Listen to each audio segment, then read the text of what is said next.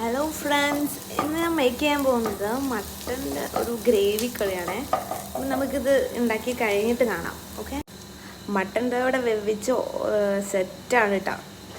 ഉടനടി തന്നെ നമ്മുടെ ഗ്രേവി റെഡി ആയിട്ടുണ്ടാവും. നമ്മുടെ മസാലയൊക്കെ ഇങ്ങനെ റെഡിയായി വരുന്നുണ്ട്. ഇനി ഇതിലോട്ട് നമുക്ക് ഇനി ടൊമാറ്റോയും കൂടി ഇട്ടിട്ട് വേണം നമുക്ക് ബീഫ് ബാക്കി ഒന്ന് സെറ്റാക്കാനായിട്ട്. അങ്ങനെ ടൊമാറ്റോ ഒക്കെ ഇട്ടിട്ടുണ്ട്. നമ്മളത് മസാലയിൽ പിടിക്കുന്നത് വരെ ഒന്ന് വെയിറ്റ് ചെയ്യുവാണേ. അങ്ങനെ ഞാനിപ്പം മട്ടനൊക്കെ ഇട്ട് മസാലയിൽ ഒന്ന് സെറ്റായി വരാൻ വേണ്ടിയിട്ട് വെച്ചേക്കുവാണ്. ഒരു 10 മിനിറ്റ്സ് നമുക്ക് അടച്ചു വെച്ച് വേവിക്കാം കേട്ടോ. അങ്ങനെ ഗൈസ്, നമ്മുടെ 10 മിനിറ്റൊക്കെ കഴിഞ്ഞു. നമ്മുടെ മട്ടൻ ഗ്രേവി റെഡിയാണ്. എല്ലാം മസാലയൊക്കെ ബാലൻസ് ചെയ്ത് വന്നിട്ടുണ്ട്. അപ്പോൾ ഇത്രയേ ഉള്ളൂ ഇന്നത്തെ video. Thank you so much.